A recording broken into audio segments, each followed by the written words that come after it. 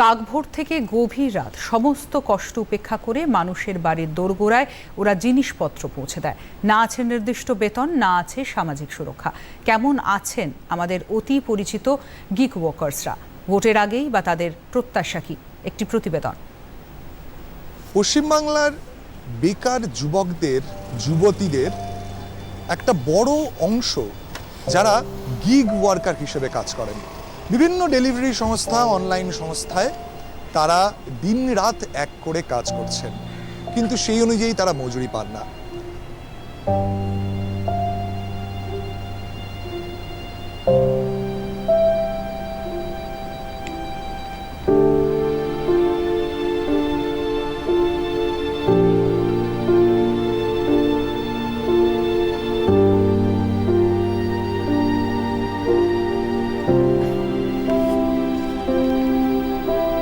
তথ্য বলছে যে গোটা দেশের মধ্যে প্রথম 3টি রাজ্যের মধ্যে একটি রাজ্য পশ্চিমবঙ্গ, যেখানে সব থেকে বেশি এই গিগ ওয়ার্কারদের রেজিস্ট্রেশন হয়েছে। ভোটের এই মরশুমে গিগ ওয়ার্কাররা কি বলছেন, সরকারের কাছে তাদের কি দাবি, যে দলে ক্ষমতায় আসুক কি চাইছেন তারা সরকারের কাছে? ঠিকঠাক একটা চাকরি দিতে পারলেই হয় সবাইকে। সবার তো সম্ভব হয় না যে এই ধরনের কাজ করবে বা অন্যরকম কাজ করবে।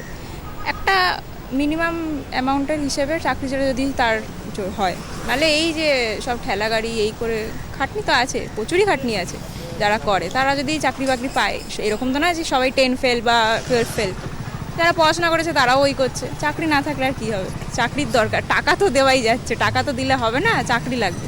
চাকরির জন্য শিল্প হোক, চাকরি হোক, তাতে সমাজের ভালো হবে, এটাই চাই।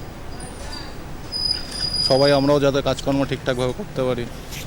এইসব কোম্পানির কোনো অস্তিত্ব নেই যে পার্মানেন্টলি জব আমরাও চাই, যে একটা পার্মানেন্ট জায়গায় কাজ করলে আমাদের একটা ভবিষ্যৎ আছে।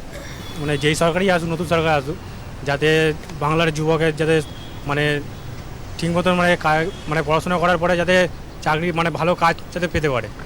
যদি ভালো যদি কাজ না করে তাহলে এই বেকার যুবকরা শেষ মাসে ডেলিভারি করে খেতে হচ্ছে।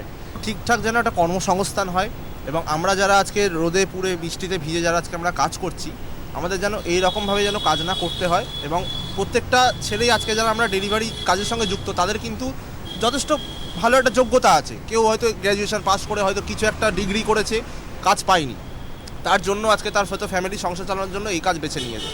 তো সে যেন তার যোগ্যতা অনুযায়ী যেন সেই কর্মসংস্থানে যেন সেই কাজটা পায়। কাজ হোক, উন্নতি হোক, সরকার ভালো সরকার আসুক, যেই সরকারই থাকুক, আমাদের মতন ছেলেরা কাজ পাক।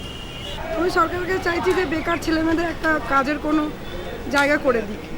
যে এত ছেলেমেয়েরা আমাদের কাছে প্রচণ্ড রিস্ক, আমরা প্রচণ্ড রোদে জলে বৃষ্টিতে প্রচুর পরিশ্রম করি। আমরা 16 ঘন্টা 17 ঘন্টা ডিউটি করি।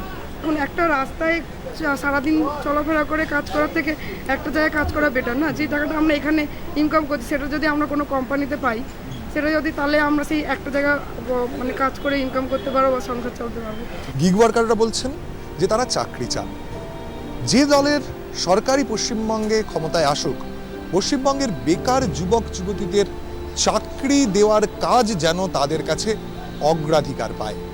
ক্যামেরায় রাকিব শেখ, অরুণ গুপ্তার সঙ্গে জয়মাল্য দেশমুখ, দূরদর্শন সংবাদ, কলকাতা।